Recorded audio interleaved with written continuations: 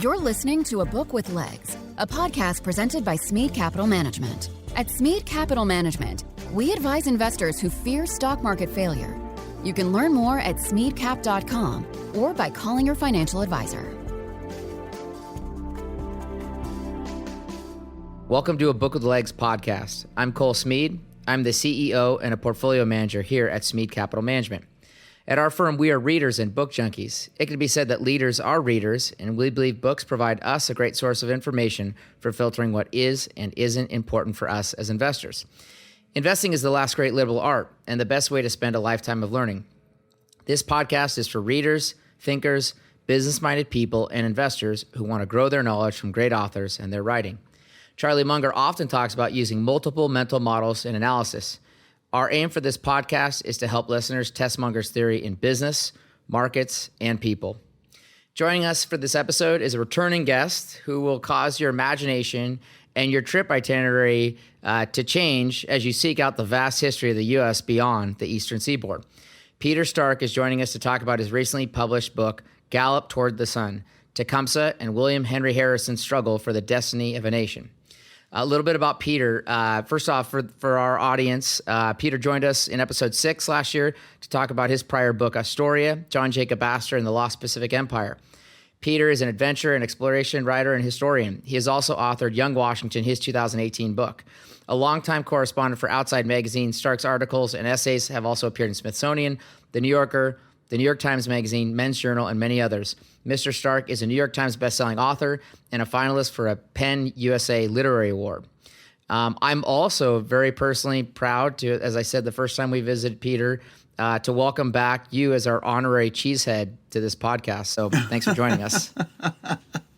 Well, thanks so much, Cole. The honorary cheesehead. I wear that hat proudly, so to speak. But I'm really pleased to be here and really looking forward to chatting with you again. Yeah. So as we kind of talked about before we got started with the podcast, there's some kind of traces of where I could guess at how you ended up on the story. But can you teach our audience, how did you come to the story? What drew you into Tecumseh and Harrison's story? Yeah, it's funny as an author, and I suppose the same thing can happen when you're an investor, how one idea grows out of another, and Sure. It's kind of it's sort of a miraculous birth in a way that you come across things, and as you're doing the research for one project, one essay, one book, and there's some little detail that grabs your attention, and that's what happened with this Tecumseh book. I was researching my previous book, Young Washington, which has to do with George Washington's younger years when he's in his 20s, and he's in, no longer in the Virginia plantation country, but he's over the mountains in the Ohio Valley, which is then, a vast wilderness. Of course, it's populated by many different Indian tribes. And in the course of researching that, I came across these references to Tecumseh. And, growing up as a cheesehead in Wisconsin, and my father was way into frontier history. He was an amateur historian. I'd heard a lot about the Indian lore in the Midwest, and I'd always heard that name Tecumseh, but I never knew what it meant. I never really knew who he was. And so I started doing a little research. Okay, who is this guy? And I learned that he was this great Shawnee leader who unified all these tribes from Lake Superior down to the Gulf of Mexico to try to hold the land as one. So the federal government could kind of keep chipping away and dividing and conquering the tribes of the different chiefs and sub-chiefs.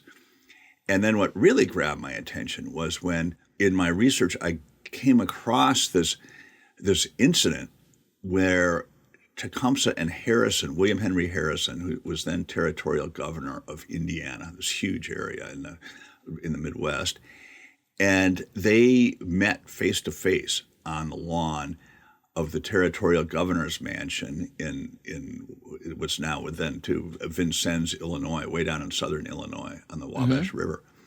And they tried to work out their differences, and there were very detailed accounts of these speeches and descriptions of this encounter, and I found it riveting. And so that's what launched me into this Tecumseh and Harrison research, and it's been a long journey and a really satisfying, gratifying one. When I think it's a great piece of history that you wouldn't normally come across, to your point, but yet I think what you're also adding to me, Peter, is, and we'll talk about this a little more later, is you're leaving me more places to travel and go see, which I always love. So I will come back to Grouseland, but I have already got it on my list. So one of the things that comes up early, and I find this interesting, here we are in 2023, and we have like social media, and there's this idea of kind of conspiracy theories and truth versus not truth.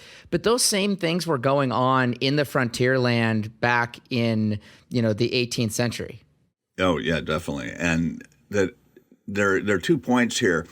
That one, I think from our perspective, and I think from the time the first Europeans landed on North America, there was this sense, or there came to be this sense, that these tribes existed in individual pockets, or that these people were essentially camping out and were not in touch with each other at long distances.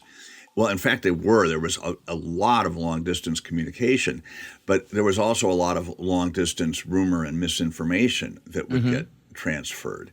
And it was a lot harder to confirm those rumors or dispel those rumors.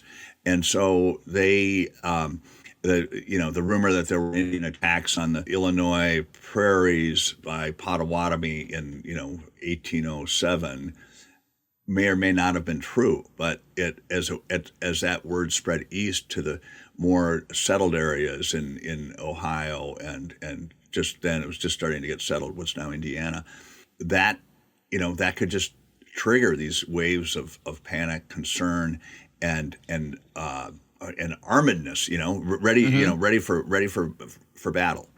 So the social media, it's an interesting parallel, and in a way, there's the same issue, long distance communications, but not easily confirmed. And sure.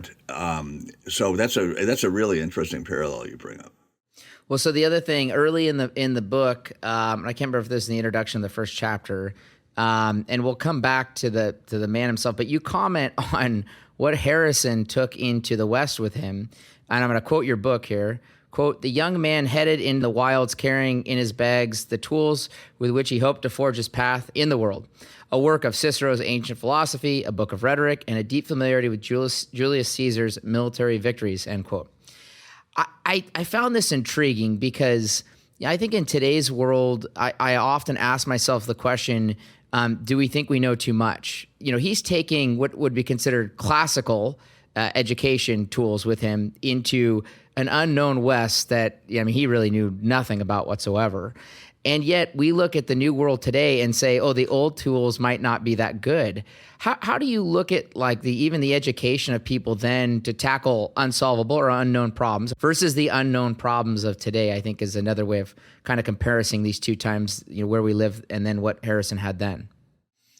Well, I think in those days, the world was a much simpler place. And Harrison, that is such an interesting example, kind of template model that you just settled on, and quoting that line about the three books he brought in, or two books and a lot of knowledge, that he couldn't carry very much. Sure. He was a young ensign, like 18 years old, and going over the Appalachian Mountains into the wilderness. And so it's not like he could haul trunks full of library books. So he whittled it down to those few volumes. And he did have a classical education in for the time, in the 1780s and early 90s. And it's interesting that he took up those particular books as they were, for him, I think they were almost guidebooks in a way to negotiate the world. And you're right. I mean, he had no idea what he was getting into. I mean, this is a lot of unknown territory, literally and metaphorically. And so he fell back on these things that he really knew. And the parallels today's classical, today's education and what role the classics fulfill and what they don't and how much they're used. I think that's a very interesting and good point for discussion, that in a way there's so much more knowledge. I mean, information, let's put it that way, in the world today. Sure. But is there so much more knowledge? And it becomes really important to find your sources of knowledge, I think, and insight. And so the classics are one way to do that, and a really solid pillar to do that. But another way is there are other ways to learn about places and people who are far away or much different from you or lived a long time ago, that can also give you that baseline of understanding. And so I like to think this book, The Gallop Toward the Sun, about Tecumseh and Harrison and their struggle for the, as I say, destiny of the nation, as it says in the subtitle, that through historical example, that it teaches us important lessons by going back to these really significant events that don't get a lot of attention these days, and they've been kind of skipped over somewhat in our reading of American history, because we tend to go with the high points, and this was a more conflicted, confusing, complicated, nuanced interaction that lasted over a number of years. Correct. So yeah, I think that's really important. But how do you find your clarity in all that? Well, so to your point, because I think your book's a very pragmatic approach to this, because you're actually I think this is something really good that you did in your writing, is you didn't really call fouls. You just explained the details and the eccentricities to these situations, and there were a lot of them, to your point, that made it so complex. And also, there's information out there. There's knowledge, and then above that, there's wisdom. And so I often ask myself the question, if we all studied the classics, aka more timelessness, and then to your point, could test the baseline as we go out and experience and test the theories, would we actually have a lot more wisdom? So let's jump. The early conflict that really kind of sets the stage for your story is the Battle of the Wabash, or as it also became known as was St. Clair's defeat. Can you explain what happened in that conflict? Or it's also known as the battle with no name, because it's hardly recognized in U.S. history. It's really, I have a line in the book. I mean, it's kind of partly tongue in cheek, but it was such a humiliating defeat for the U.S. that it's been swept under the rug of U.S. history. So what happened? This is 1791. George Washington has just become president, and he's in Philadelphia, and the Constitution has just been passed. I mean, some months earlier, ratified by the states, and the more and more settlers, white settlers, are pouring over the Appalachian Mountains into the Ohio Valley, and some of the lands were supposedly treaty lands. That there have been some treaties, mostly the lands in Kentucky, that there had been previous treaties where various tribes or chiefs ceded their rights to the land to white settlers, to the federal government. There's a lot of unclarity about that in how fair those deals actually were, but there were these settlers pouring in, and they'd settle on these lands that were under treaty, but then they'd also settle on these lands that were still formally designated Indian lands, and up in Ohio, and things north of the Ohio River, and they kept pouring in, essentially settling illegally, and especially the Shawnee and Miami nations up there, and their Shawnee and Miami warriors started to push back and resist these white settlers coming into territory that had not been ceded to the federal government. And so finally, what happened after these Shawnee attacks on parties of settlers or surveyors, that George Washington sent in what was really kind of the progenitor to the U.S. Army. It wasn't even called the U.S. Army. There was no U.S. Army. It was sort of a cobbled together system of one leftover division from here, and the Revolutionary War division, and then a few state militias, and it's all cobbled together. But it's a big force of close to 2,000 people. It goes marching into the Ohio Valley, trying to find. It's going to punish the banditti in these Indian villages, and it gets way up in what would now be kind of northwest Ohio and northeast Indiana. And it's getting close to these sort of the epicenter of the Shawnee and Miami villages. And it's exhausted, running out of food. It's way late in the season. It's turning winter. Men are exhausted, and they camp one night, and they don't really bother to build the fortifications to hold them the night. And then at dawn the next morning, they hear this whistling sound coming from all around them. They sound like bells. One of the survivors described it like 1,000 horse bells ringing at once at dawn. And then they realized they were completely surrounded by Indian forces. And it was just not one, tribes warriors. It was unified tribal warriors from many different tribes. And it ended up just being a slaughter of the U.S. This progenitor to the U.S. Army. It was the largest loss of U.S. forces to Indian forces in the entire history of the United States. So people think of Custer's Last Stand, Battle of the Little Bighorn, as a huge defeat. Sure. Well, there were like 200 soldiers and officers died in the Battle of the Little Bighorn, every single one of them.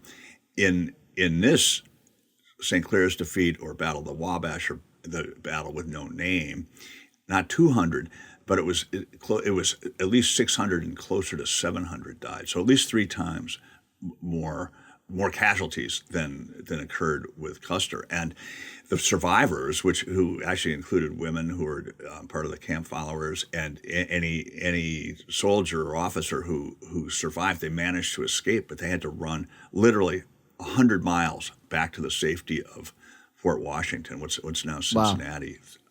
Incredible route, and it made a big difference. The U.S. Army officially kind of grew out of that route. When it left a stain, because it was, to your point, no one ever forgot that. Washington brought in a former Revolutionary hero to tame this new, Western issue. Who was Mad Anthony, and how did he suppress the issue?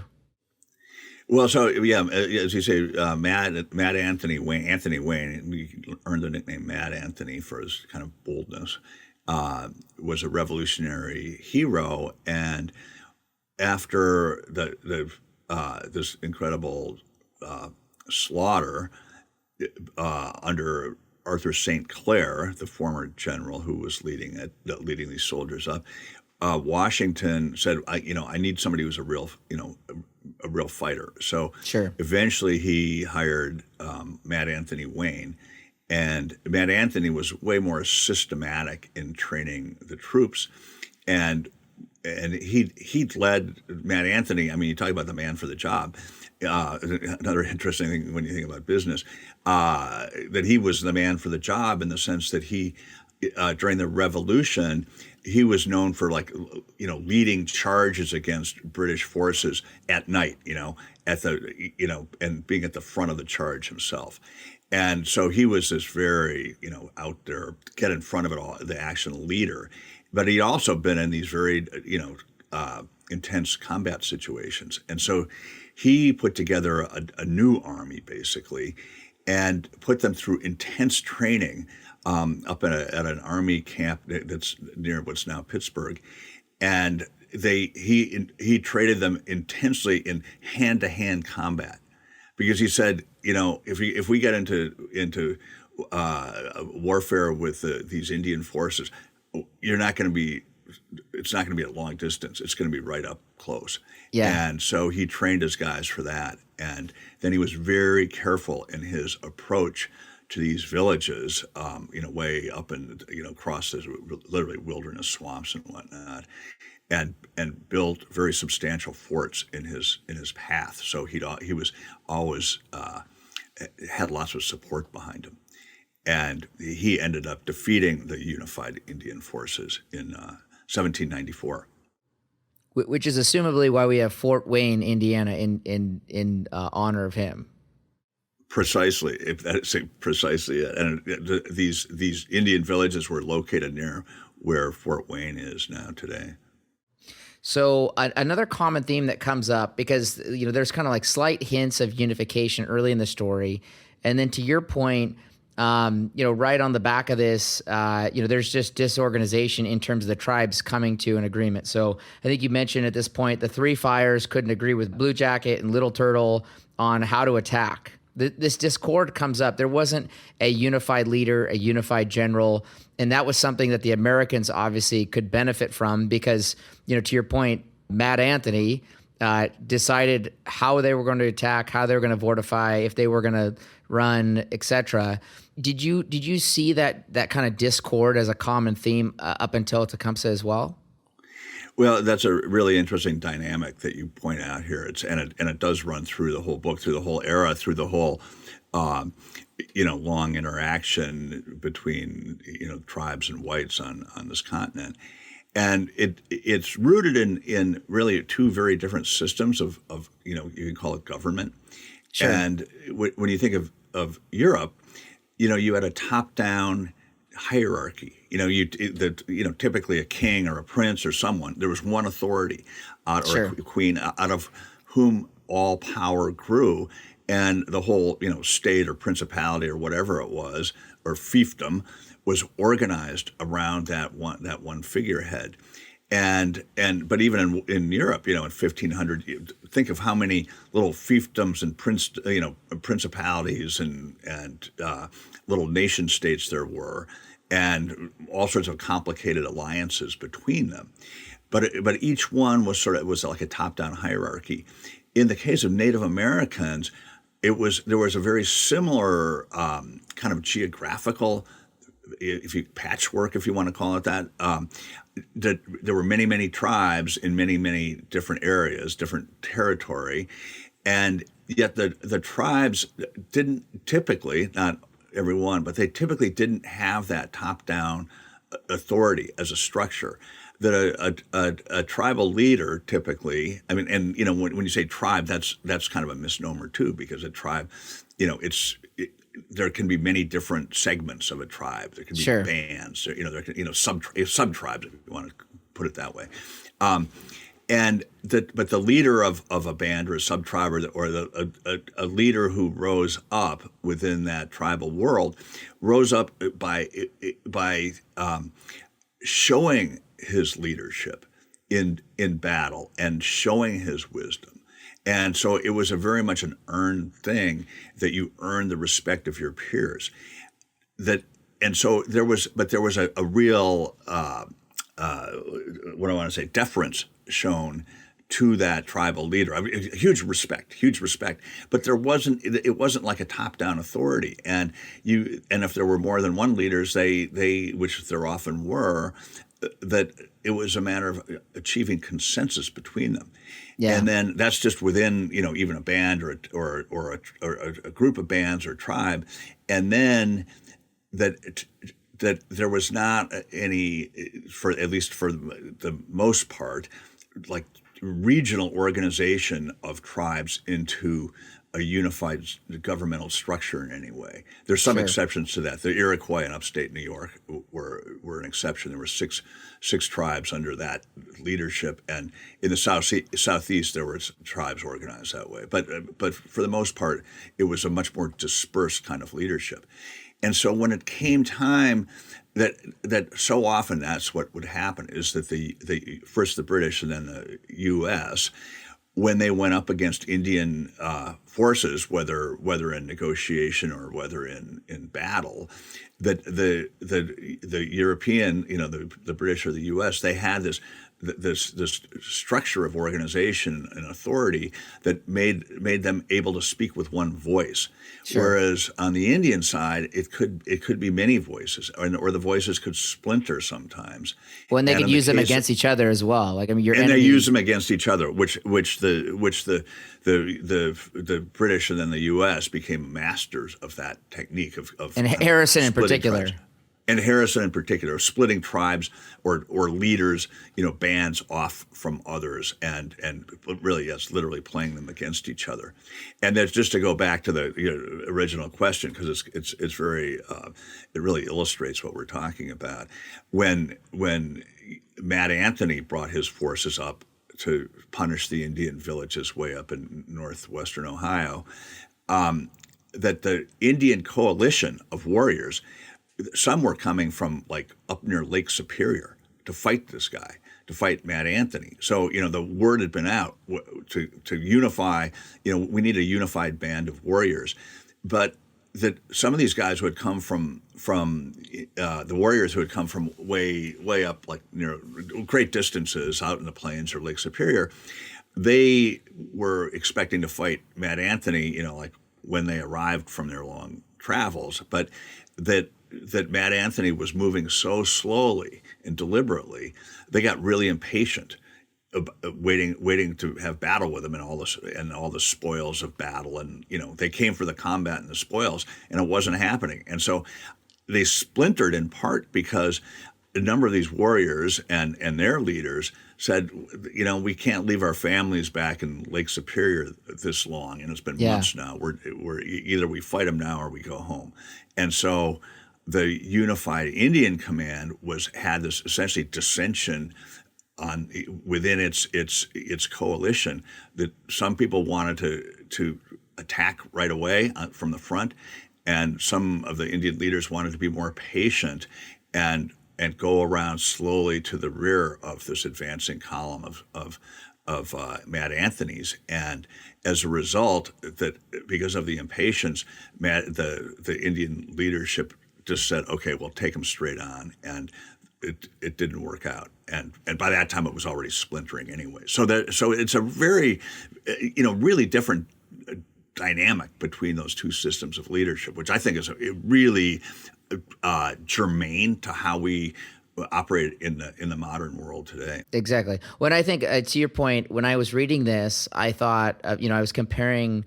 The Native American system, where, to your point, they had relationships with all these, disparate tribes, all across the country. They all had contact. They all knew of each other. They, in many cases, had relatives, that lived in other areas. And so had I'll call it a patchwork of communication and relationships and et cetera, which was interesting. But the American way of life was really a John Locke view, like a natural law, a private property system, which was something that, to your point, the tribes didn't have. And we always try to think about alternative paths, like what was another path that life could have gone down? What was another path that history could have gone down? And I'll never forget when I was a junior in college, I had one of my history professors did all of his work in Mexican constitutional history. And in the Mexican Constitution, they attempted and did incorporate the indigenous people or natives into the Constitution because they recognized that they didn't look at land the same way as other parts of Mexico did. And so I use that as a way to ask the question, could have been done differently? And in Mexico's case, it's never really worked. When I say that, in other words, they tried to incorporate it, but it didn't really make a difference, if that makes sense. Did you ask that question at all as you were kind of thinking through that as well? Well, that's again, that's one of these key points. How could it have gone a different way? And yes, I've always wondered, well, say that Tecumseh's coalition did hold against, the onslaught of whites. What would that have looked like? And one of the things that's really striking is it's I don't know how, and I don't know enough about systems of government around the world, but is there? I don't know how you merge those two different ways of thinking. Agree. I think maybe there are countries in Europe who have a more bigger social safety net, more towards socialism, but still are capitalist. Sure. They might be a little bit in that kind of blended system, but I can see in the Mexican Constitution how that could be really hard to walk a line between those two different ways of looking at the world. And one of the big difference, a huge difference, I mean, maybe almost the central difference, is just the way we were talking about dispersed authority among the tribes, as opposed to a top-down authority hierarchy among the European system. That among the tribes, there was not a sense, for the most part, of ownership of personal property, certainly not of land, and also not of material accumulation, and that even in those tribes where there was material accumulation, like here in the Northwest, the tribes were really rich relatively in food resources and so many things, but that it was considered a way to earn great honor is to give away things, give away your wealth to other people, and that that's how you were one way to earn huge respect. In the same way that the land was there for all to use, and so that the European system, I think, when I've really kind of pondered this, which I have quite a lot over the last 4.5 years or 5 years I've been working on this, the European system is so much more based on settled agriculture, and that makes it all the difference, I think, because Sure. if you're farming, you've designated a plot of land, and you're working it as an individual or as a family or whatever. And that whereas the tribes, and we're talking here the Eastern Woodlands, there's so many different cultures and tribes and ecological conditions around the continent. But here in the Eastern Woodlands, hunting, of course, was a huge component of how they acquired food and protein. And so it was natural that hunters, when they went out, sometimes one guy was lucky and brought back, an elk or a deer or buffalo, even, that there were buffalo in the East back then. And, that his colleagues might not have been lucky, but he would share the meat with his colleagues. And, Sure. Another time they go out and a different guy scores and he shares the meat. So it was, the hunting system really kind of promoted that sharing, whereas the agricultural system, it was more to find, okay, this is your production from this plot, more the European model. But that's not to say that there was a lot of farming, gardening, garden kind of farming, growing corn in Sure. these Eastern Woodlands. The women typically grew corn and the men hunted. And by some accounts, the women actually provided more of the calories over the course of a year for these cultures than the men did hunting. Well, so I think that was the one place that you could kind of see between the cultures that they kind of actually had something in common. I'm going to quote your book here. Generally, women were not involved in the death of animals since the shedding of blood negated their primary life-giving function, end quote. That seems to be the one place where the cultures did agree, right? Is like women shouldn't be in kind of, bloodshedding conflict. Ultimately, and that was the one thing I took away from the book is they don't agree with the land, but they did at least agree, with women not being in the fight, whether it be for animals, to your point, or to the true conflict of what was going on. Yeah, and that as the quote that you read, that women are so much about fertility, and the earth is so much about fertility, and so there's this direct correlation, and that both cultures, or all cultures, really honor that fertility, and it's kind of cool the way that comes across in so many very different cultures. Yeah.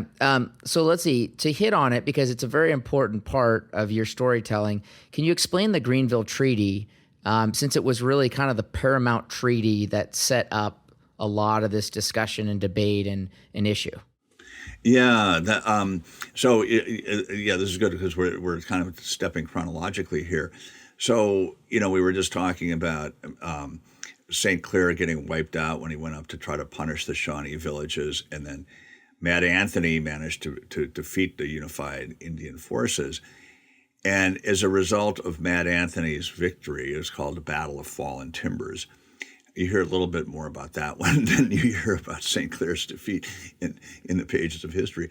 So after Mad Anthony won the Battle of Fallen Timbers in 1794, he called for a huge gathering of tribes to work out a treaty.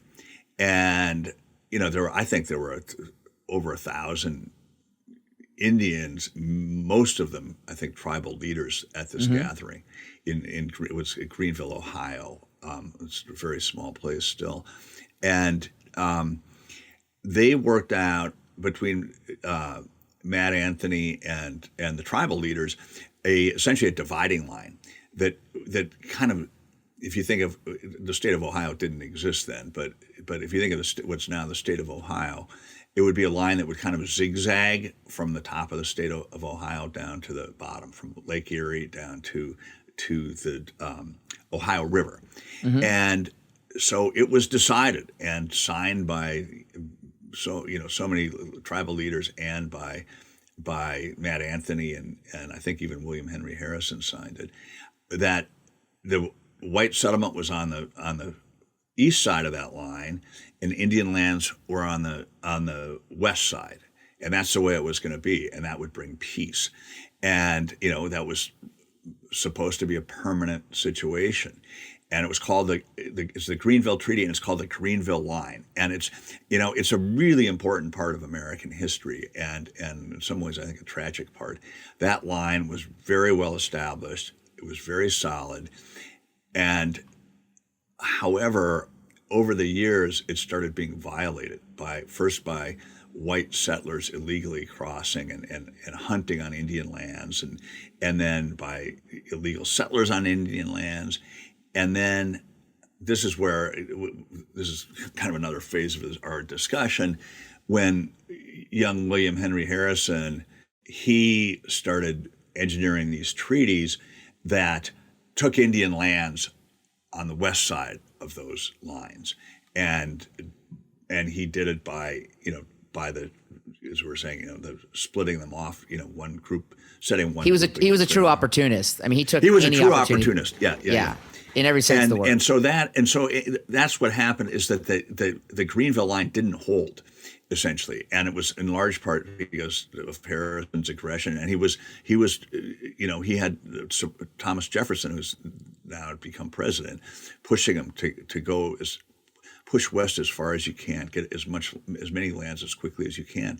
So that line didn't hold, and that's finally what led Tecumseh starting about 1809, when Harrison was trying to take one more treaty, and Tecumseh finally said no more. And by that time, he'd risen to leadership among a number of tribes, and he unified those tribes to say, we're holding the land as one. And so that was a central conflict. Yeah. So some nuances here that I think you do just such a good job explaining. One of the natural conflicts, and it's not like anybody sat down one day and said, we're going to make this the conflict, but one of the natural conflicts was the United States' best asset ultimately was its open land, right? Or the amount of land that it had available relative to other European societies, for example.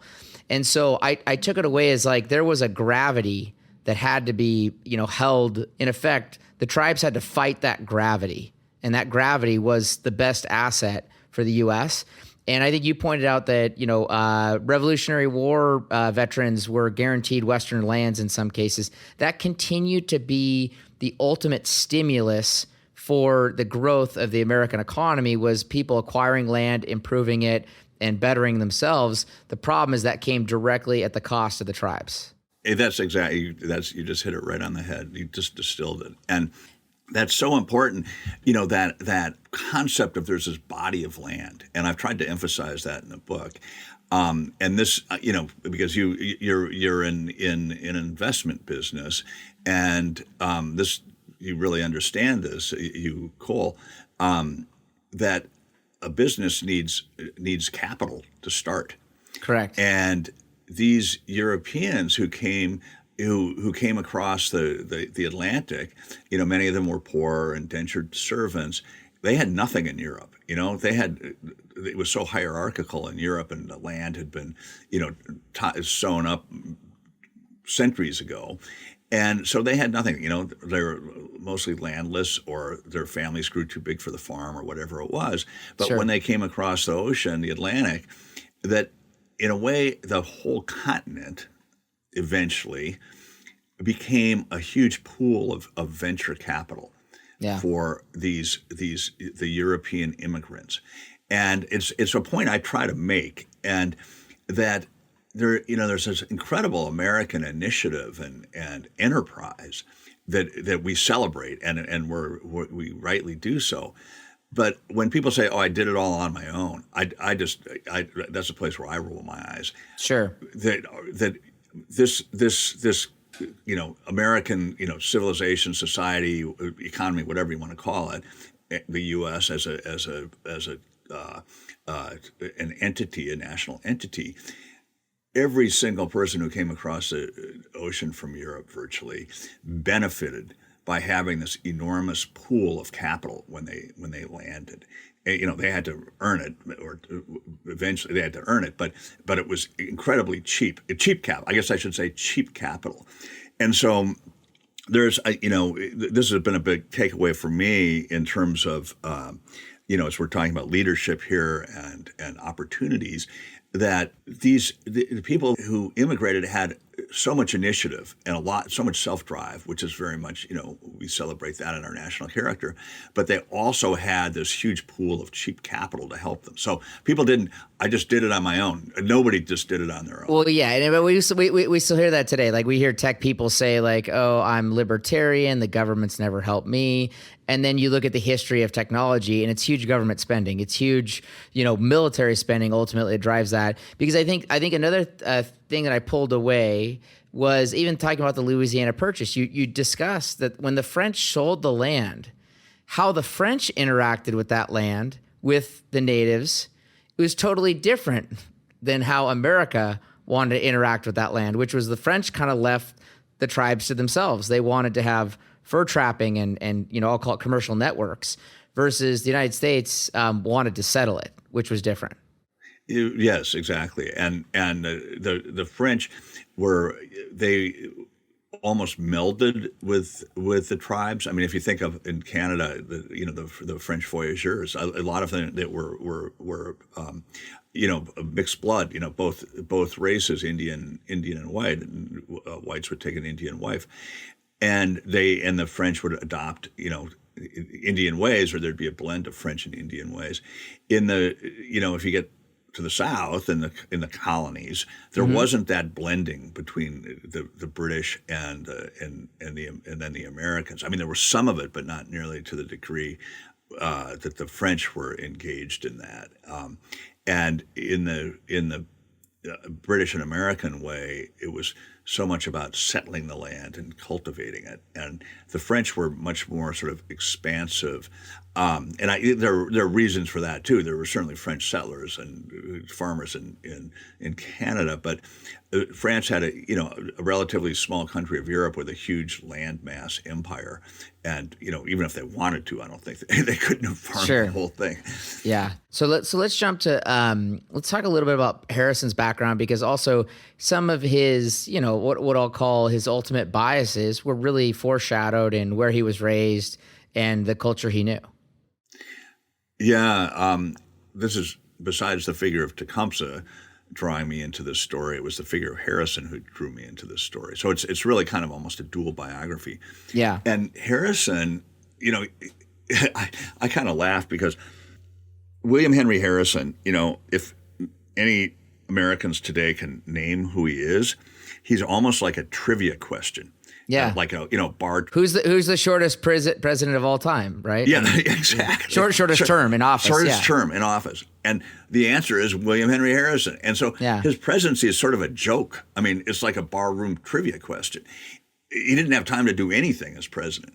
So he was president in 1840, and he was elected. And yet he made a huge impact. The biggest impact he made was way, way, way earlier as a young man in the late 1790s and early 1800s. He had come from one of the most prominent Virginia plantation families. So if you think of one of the principal founding fathers, in fact, the guy who was running the debate about the Declaration of Independence in the Continental Congress and getting it passed through the Congress was Benjamin Harrison V, who was William Henry's dad. So he was a huge founding father, and there were fifth-generation Virginians, and they had this big plantation.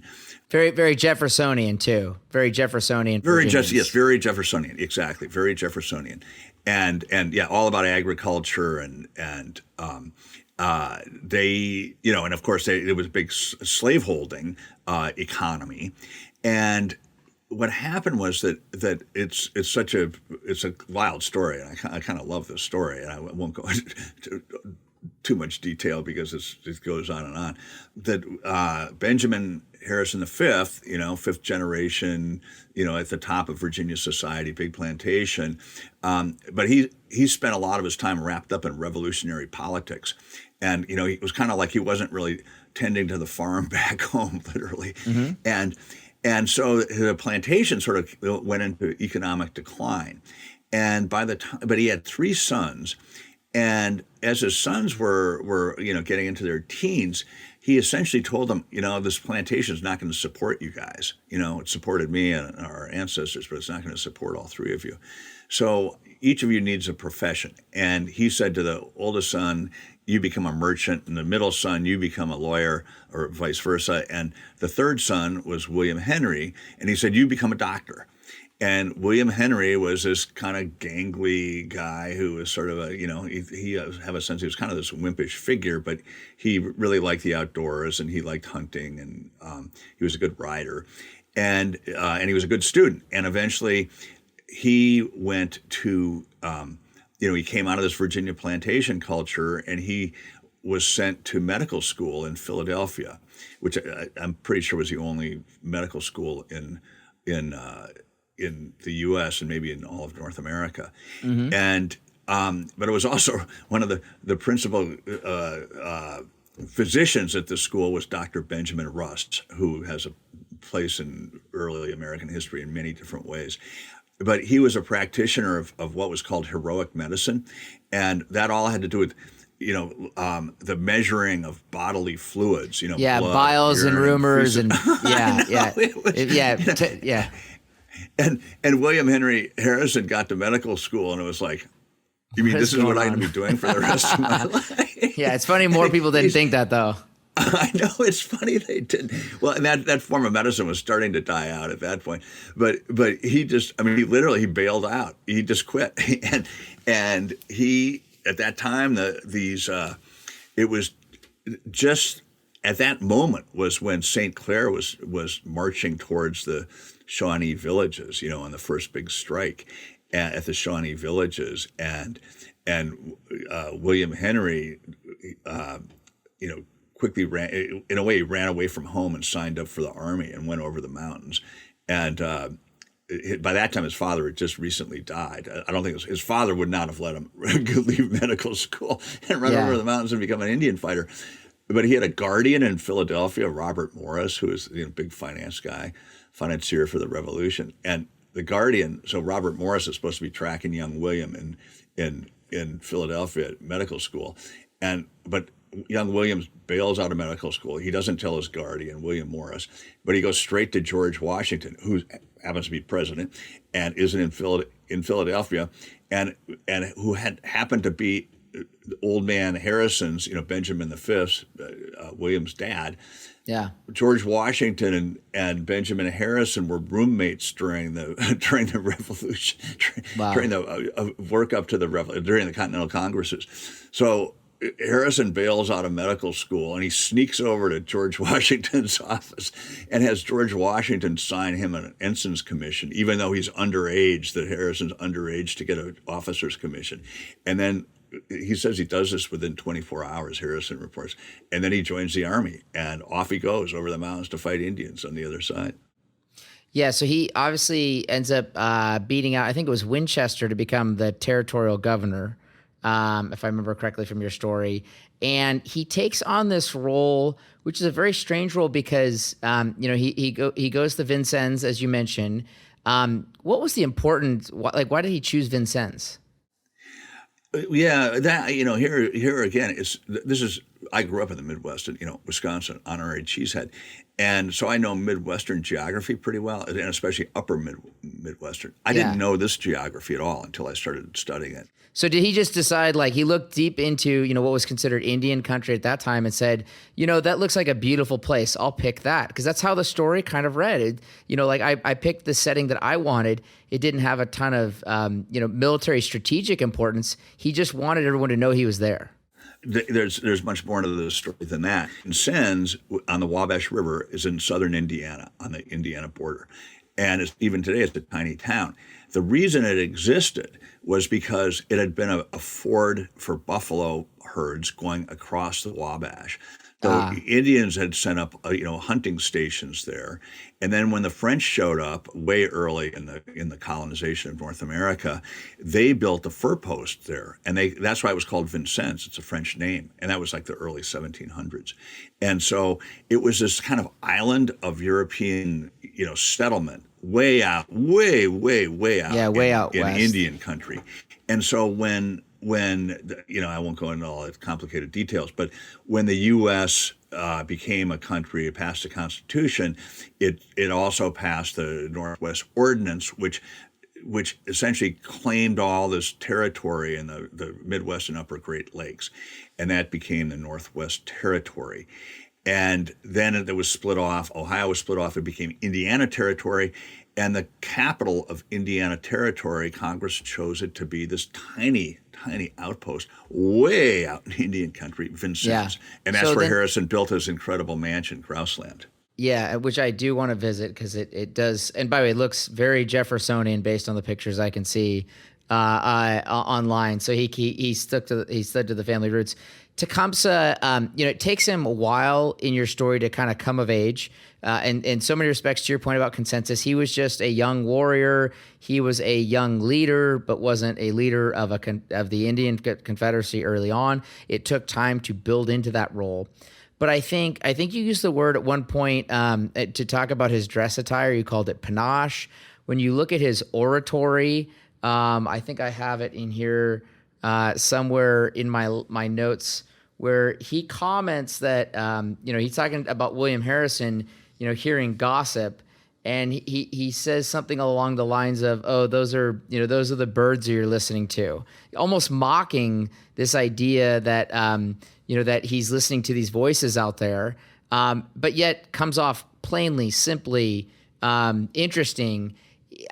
Where did he get that master of a command of the room? Because I walk away with either the interactions he had directly with Harrison at Grouseland or these others where people walked away thinking, I'm going to fully focus my attention on this person.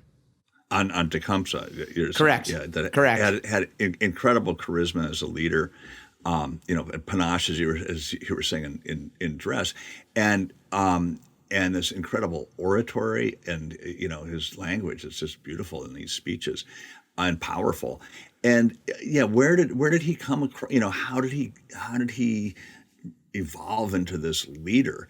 And I think part of it was that he came from a long line of Shawnee leaders and warriors, including his father, who died in one of the first battles against the British Virginians in the Kentucky country. And his mother apparently was also from a line of leaders. But his father was killed in this battle against the British Virginians when Tecumseh, and I'm spacing out how old he was, like 7 maybe, and and then his mother finally left that region, what's now Ohio, and migrated across the Mississippi River because it was so violent. There were so many attacks by the Kentuckians on their villages that she just left. And so Tecumseh was left in the care primarily of his older sister, Tecumseh, and her husband. And Tecumseh seems to be a remarkable woman. And I just wish there was more documentation of her. There are just bits, but that how she was so respected by the other women, and how she and Tecumseh had a really good relationship, and how Tecumseh respected her. And I just have this sense that she was a very stabilizing force in his life, and he had incredible talents. I mean, from the time he was a small boy, athletically, training in warfare and war games as a boy, and had a kind of a natural knack for leadership. And I think that Tecumseh, his older sister, helped him cultivate that and really grow into that role over the years. And so that, again, it's not one of these cases where someone does it alone. There's this whole support network that you don't see. And he was endowed with clearly natural talents, but he developed them to this amazing level. And whites and Indians alike would say, wow, this guy is incredible. Yeah, and I think that's why I also continue to resonate through the decades to follow that. I also had to ask myself the question, his brother, who was kind of a drunk, kind of worthless relative to Tecumseh, and then suddenly becomes, what I'll call a religious fanatic, and people follow him. It makes me wonder how much of, Tecumseh watching his brother garner people's passions also taught him something too, because his brother, obviously, in your book, became known as the prophet, and he roused everything from tribes to come from far away to meet him, all the way out to like Quakers. You tell the story of the white Quakers showing up and saying, I think it was like, hey, we want to do the same jumping jacks you do. So I found that interesting to ask how much of that fed off. But so really where I kind of, post 1809 is really where Harrison got far more aggressive and, continued to plot to the point, and I think this is a really interesting nuance. You pointed out that Madison at that time as president didn't want trouble with the tribes, with the natives. And yet Harrison didn't care, which it also kind of creates this dynamic of regional/local politics, in effect, doing what even federal politics didn't want.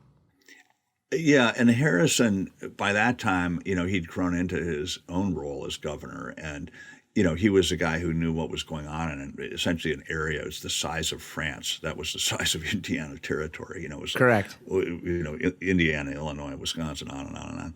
And so he was a guy who knew what was going on the ground. James Madison was a high-powered intellectual, and he was not a wilderness guy by any means. He was almost the opposite. And so he had very little sense, as far as I can tell, of what was going on the ground way out in the Indiana Territory. And so he was leaving it to Harrison, who had been territorial governor under the previous administration, under the Jefferson administration.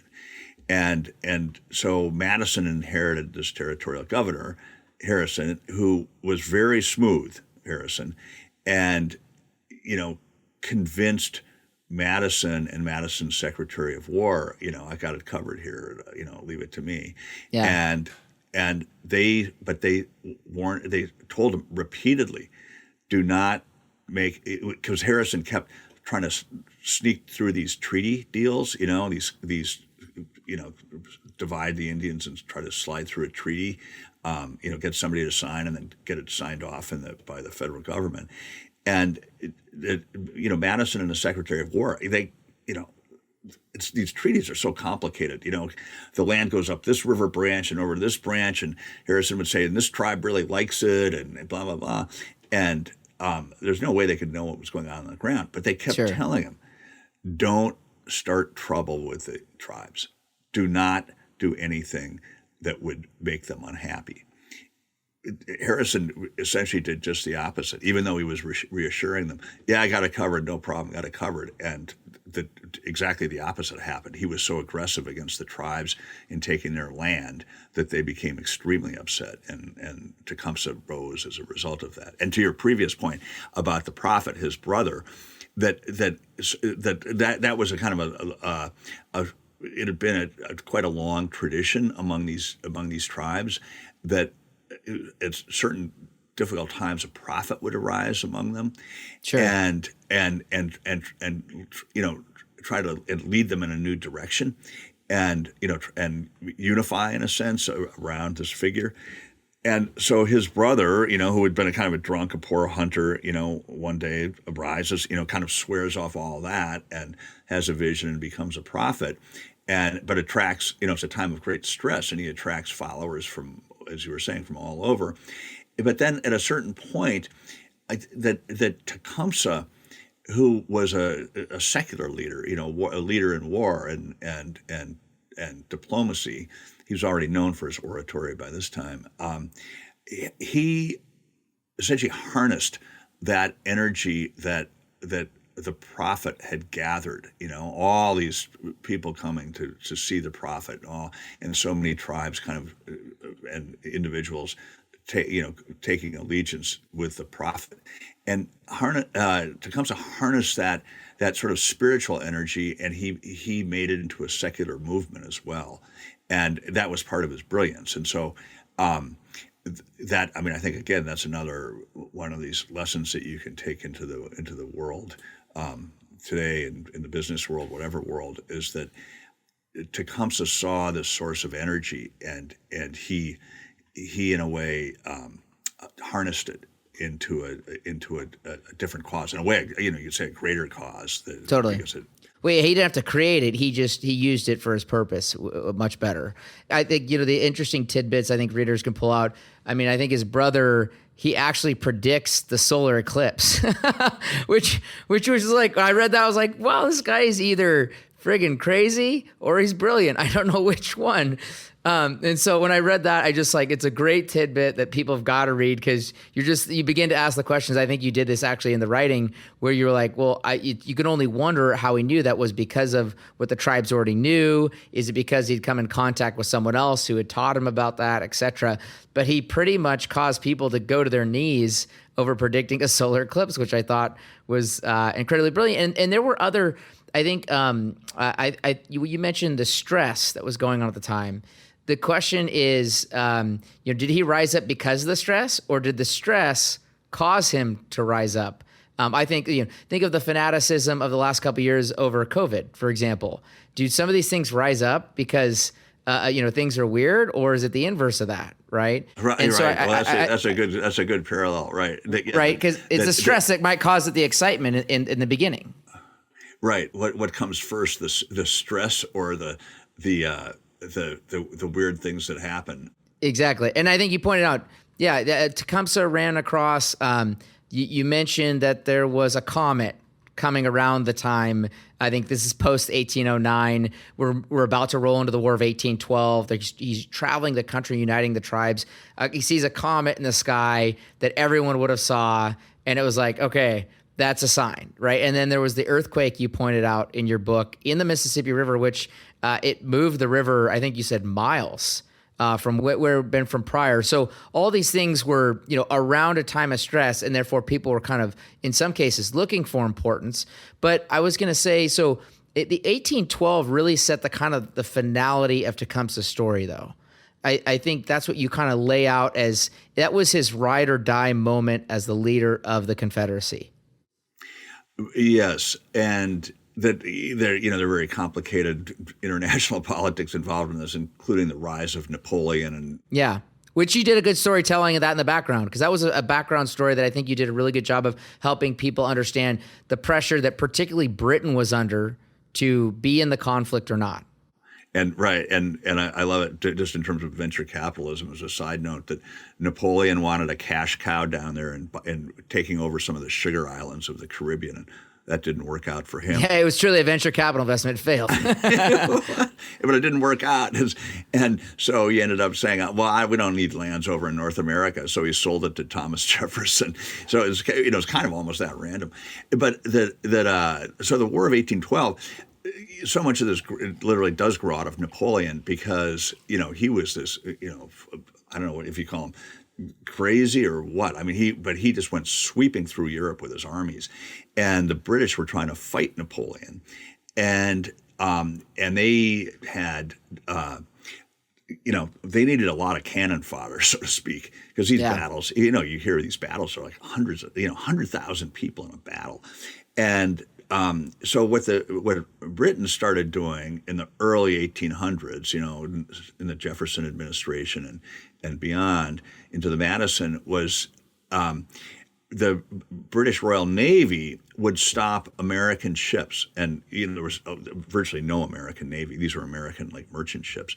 Would stop American merchant ships and would go aboard and would haul off that American ship anybody they suspected of being a British citizen or a deserter or someone who they could use as cannon fodder, who had some British connection. And the Americans were outraged. You can imagine. I think in the book, in the Gallop Toward the Sun book, I compare it to here's this adolescent country. So that say this is 1805. So what the Declaration of Independence? So it's like 40 years or later. This country's barely got off the ground. The Constitution, probably 20 years later, 25, Constitution's barely passed. And so this adolescent country, all kind of proud of what it's done, separated from the mother country. And then, it's got the proud independent country has its ships at sea, and the parent country comes and just grabs those ships and beats down the doors and pulls out anybody they feel they want to have. And I compare it to a teenager or adolescent and having his or her parents break into his or her room and bedroom and start rummaging through the drawers or whatever. Scolding them. And scolding them, and it caused that kind of outrage in the U.S. and really angry. And so that kind of behavior on the part of the British was the main triggering mechanism for the War of 1812. And we, I couldn't have told you what the War of 1812 was about until I started doing the research for this book. And it was about a lot of things, but that was the main, or one of the main causes, was that the British, essentially the British government was not respecting U.S. rights in the eyes of the U.S., and especially having to do with these press gangs and the ships. And so those tensions started building, but they started building early. The war wasn't declared until June of 1812, but in 1808 these tensions were building. 1807, 1808, 1809 they were really simmering, and that at the same time the British were they'd kept Canada after the Revolution, obviously. They'd given all their lands up to the Mississippi to the U.S., but they still had a big presence, the British did, in the Great Lakes, and they had forts throughout the Great Lakes. And the Brits were wanting to kind of set up this thing, they called it the Indian barrier state, in a way to have tribes hold the land kind of down what now would be the Mississippi River Valley, across the center of the continent, and tribes would hold the land, and it would keep the U.S. contained to the east part of the continent, and the rest of the continent, free for whomever, whatever powers.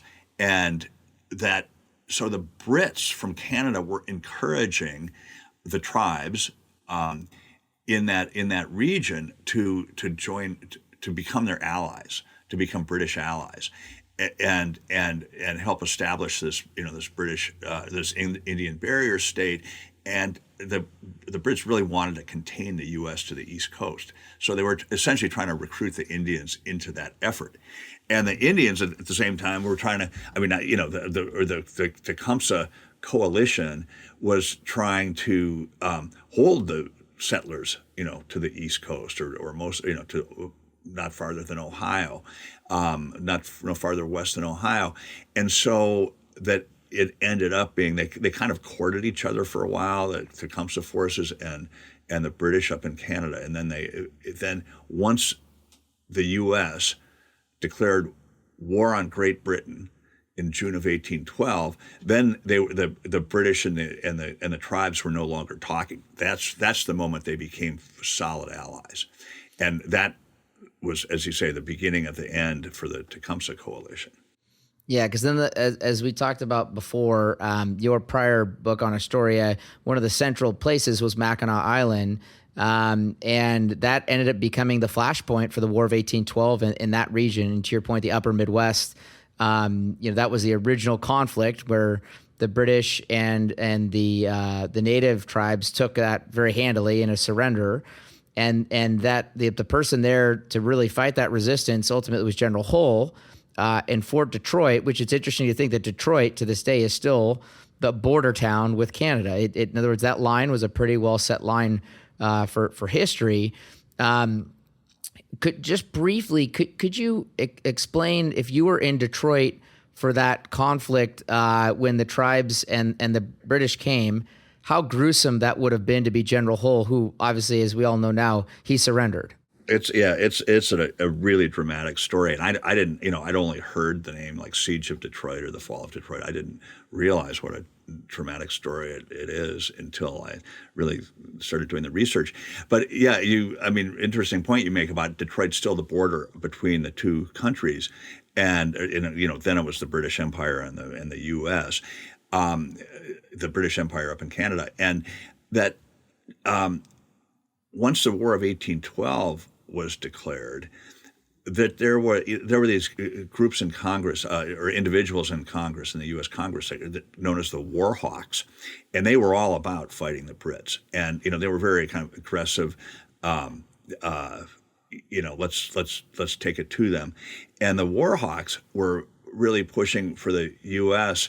to invade Canada and take all of Canada, like throw the British right off the continent. I think Thomas Jefferson was very much of this frame of mind. We'll just push them off the continent. Mm-hmm. And the War of once the war was declared, this became the opportunity to push the British off the continent. So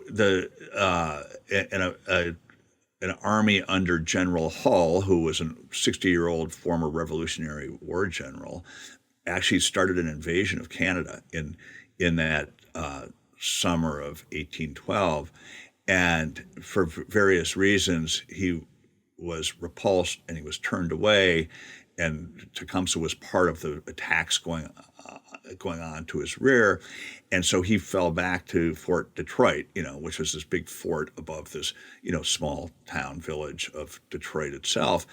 He withdrew his forces back to Detroit, and then at that time a British commander, Brock, came down in boats from down the length of Lake Erie with his troops, and reinforced the British at the British fort that's across the river from Detroit.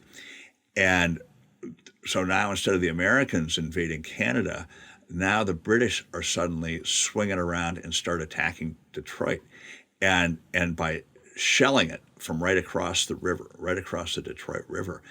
And General Hull is holed up in this fort, and with all the women and children of the whole village, including his wife, his granddaughter, and his grandchildren.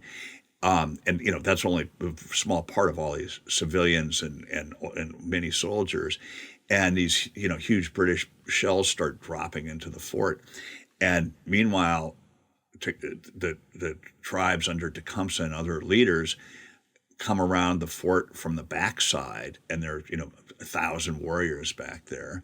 And then meanwhile, Brock launches his own British Army land force across the river in boats and lands 3 miles from Fort Detroit and starts marching on it. So you have this holdout that's being crushed by 3 sides, this fort, and the cannonballs start just ripping through the fort and literally, cutting people in half in the conference room where General Hull is trying to figure out what to do. And he finally says, okay, we got to surrender. And so he essentially wants to avoid huge bloodshed and surrenders the fort. Yeah, he was eventually mocked around Toronto, if I remember correctly. They walked him around the city and would make fun of him. So I mean, there's a lot we didn't go over, Peter, and there's so much good in this book. I mean, I'm just going through my notes. I think I have like 35 questions. The last thing I was going to ask you, and I'll give this up to you. Is there anything else that you think should be mentioned, or would you rather mention in this, I'll call anticlimactic moment, how did Tecumseh die? Would that be a better way of explaining, kind of how he honorably went through life? Yeah, and it is a tragic moment. I'm glad that's a great point to bring up and maybe to end on. That Tecumseh relied on his allies, the British, to support him in this battle of 1812, and he was going against the Americans, and he had the British on his side. And eventually what happened was the tide started turning. For a while, the British Indian forces were pushing towards the east. There was, panic in the east that the country might fall, that the U.S. might fall. Mm-hmm. Then the tide shifted, and essentially the bottom line is the British decided they couldn't waste any more money, men, energy on defending. And Brock tragically died. Brock tragically died back east. And they lost Brock. Their boldest general. They lost Brock. The replacement general was much more cautious. And so the replacement general did not make the attacks that Brock did. Instead he kind of started almost withdrawing, and then eventually the British authorities said, we can't spend a lot of energy fighting this war in the interior of North America. We've got to bring our troops back to fight the U.S. on the East Coast and to fight Napoleon in Europe. And so the British literally abandoned Tecumseh and his forces, and Tecumseh was died in the final battle after the British literally ran away. And it wasn't much of a heroic ending. It was kind of almost as Tecumseh would be, as a warrior, which is he died in the glory of battle. In which he wanted to do. I mean, he would have it no other way. And so, but it was a huge disappointment for him to have. For a while, he had all this momentum. He took, Detroit fell, Mackinac Island fell, the little post of Chicago fell. These all fell to Indian and British forces, and they were moving east. They were going for Fort Wayne. They were going farther east than that. They were, I call it springing open the back door of the young nation. The combined Indian British forces sweeping towards the east, and then it faltered, and then it turned around, and then it failed, and then Tecumseh died in a swamp on the Thames, whatever they call it, a river in Canada, retreating from the advancing Harrison army. Well, Peter, this has been absolutely wonderful. Gallop Toward the Sun is a not often talked about history, but incredibly interesting piece as you look at regional or local politics versus, as we talked about, a young federal government. It also tells the story of the pragmatism that Tecumseh and the tribes had in dealing with a dominant force while these American people dreamed for their hunger of land in the very Virginia context that we discussed. If you enjoyed our discussion about Gallop Toward the Sun and love a Book with Legs podcast, go to Apple, Spotify, wherever you consume the show, to give us a review, to introduce our listeners and other listeners to, as Tecumseh would say, more about our tribe and who we are. I want to thank Peter so much for this. I've just had a ton of fun. For our listeners, if you have a good book you'd like to recommend, you can email us at podcast@smeedcap.com. That's podcast@smeedcap.com. You can also reach us on Twitter @smeedcap. Thank you for joining us for a Book with Legs podcast. We look forward to the next episode. Thank you for listening to A Book with Legs. a podcast brought to you by Smead Capital Management. The material provided in this podcast is for informational use only and should not be construed as investment advice. You can learn more about Smead Capital Management and its products at smeadcap.com or by calling your financial advisor.